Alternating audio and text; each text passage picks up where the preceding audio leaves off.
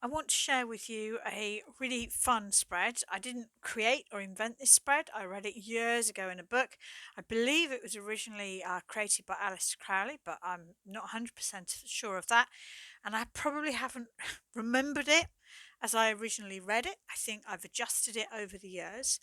And this is a spread to better understand yourself. Because after all, that is, I would argue, the primary reason to read tarot. Yes, it's great to read for other people.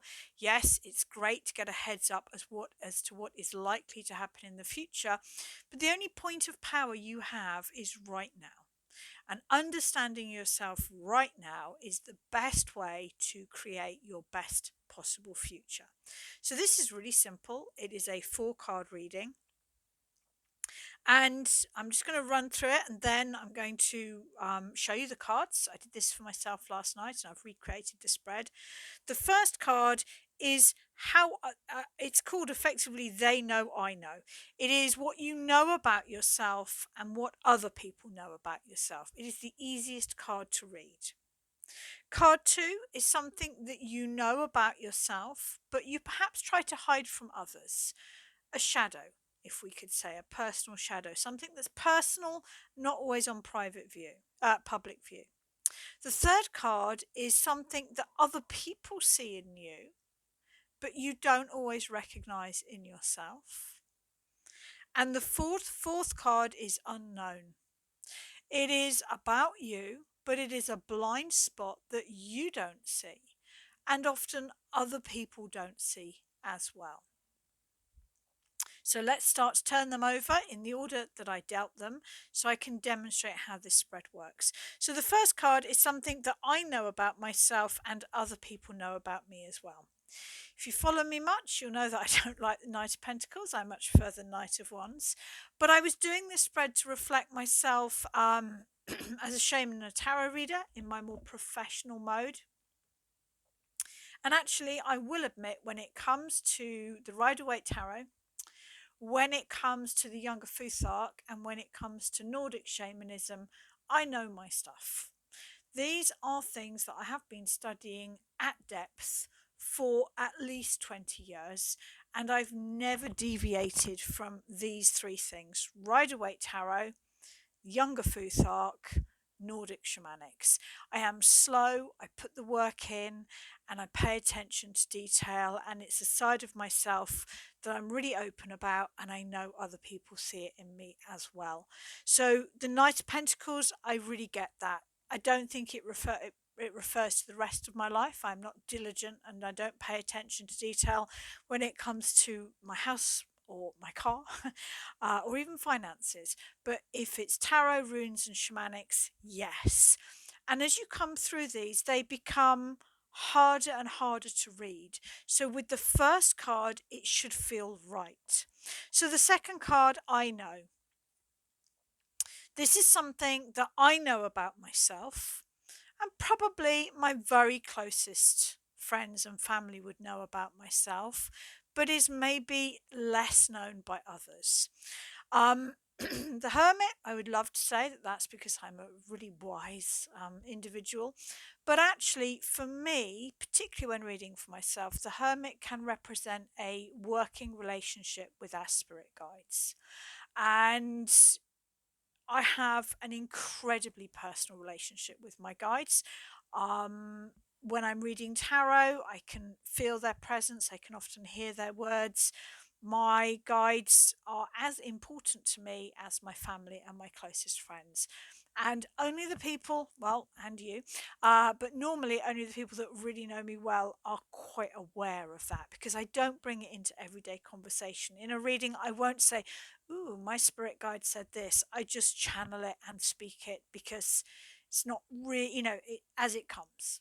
So, yeah, I can get that. I can get that. So, the third card is something that other people see in me that perhaps I struggle to see in myself. Interesting choice, and it's true. And I've literally just been writing a blog about this as well. The High Priestess, of course, is the intuit and the psychic. I although I do see myself working very much as a shaman, even though perhaps I hide that sometimes a little bit. I don't always identify as an empath or a psychic. And I think why that is because I really reserve that for work and personal spiritual stuff. When I'm out shopping or out with my kids or, relaxing, I turn it right down. So I think often other people see me as psychic or empathic, whereas because I see that more like a work skill than a personal part of who I am, I don't always identify with it. So that is interesting and unknown. Something that is a bit of a shadow side in me that maybe I struggle to identify with, and other people don't really see it in me as well. And the Ace of Swords, interesting. I mean, for me, we've all got personal connections to the cards. I connect the Ace of Swords very much to Odin.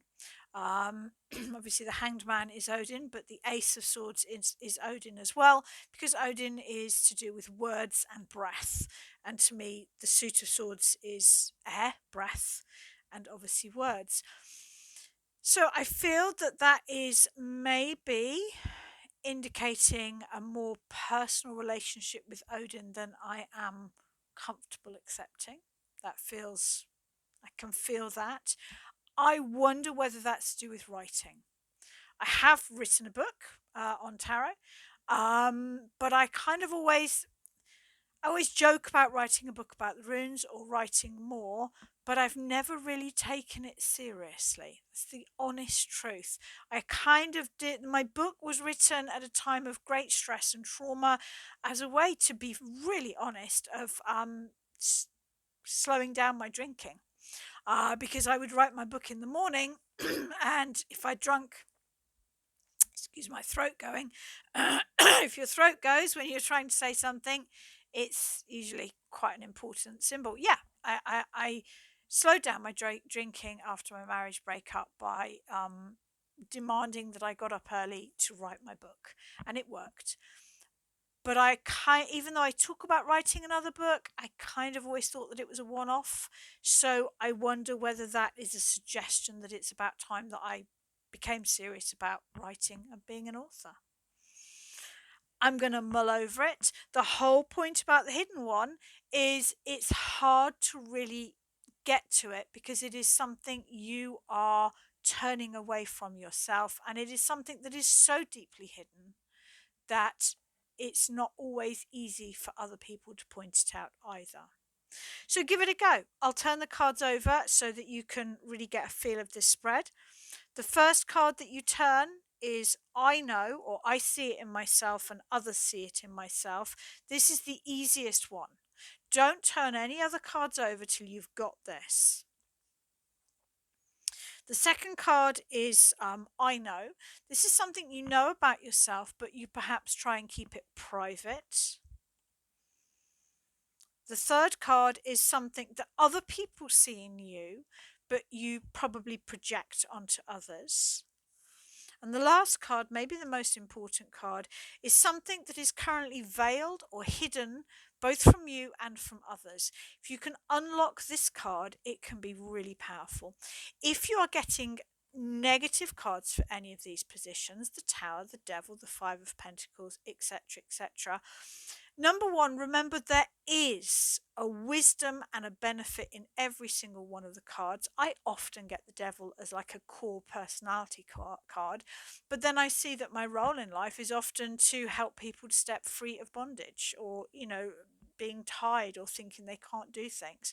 So if you've got a negative card, you can always find the positive. If you've got a negative card, you might want to check in whether it's suggesting that there is genuine block there. If that's the case, and let's give it a go just to sort of explore this. For example, with the Ace of Swords, I could say, I really don't know. I just can't find it in me right now. I think it is the writing. But what I'm doing now is I am just shuffling the rest of the cards, and I'm going to ask for a clarity card on the Ace of Swords. Bit nervous because I don't know what I'm going to get. What do I need to know about that Ace of Swords? Just really focusing. So you can always ask for clarity cards. So we've got we've got the Lovers. The Lovers is about choice, but it's also about balance. That makes a lot of sense to me. I do love my client work. I will never stop client work, but it is emotionally exhausting working with clients. And I've often felt that doing more content creation and more teaching would be a good way to have better balance in my life. I've always thought it was the teaching. I teach already. I do tarot, rune law, and shamanic workshops. I think this is saying that actually I could have the confidence to really aim to write another book. So there you go, give it a go. And if you haven't yet picked up a copy of my book, there it is, Tarot, A Life Guided by the Cards. It is a how to read tarot book, but it also uses my life and my personal story as a demonstration of the different meanings of cards. So I've tried to write a book with a story as well as just a how to tarot book.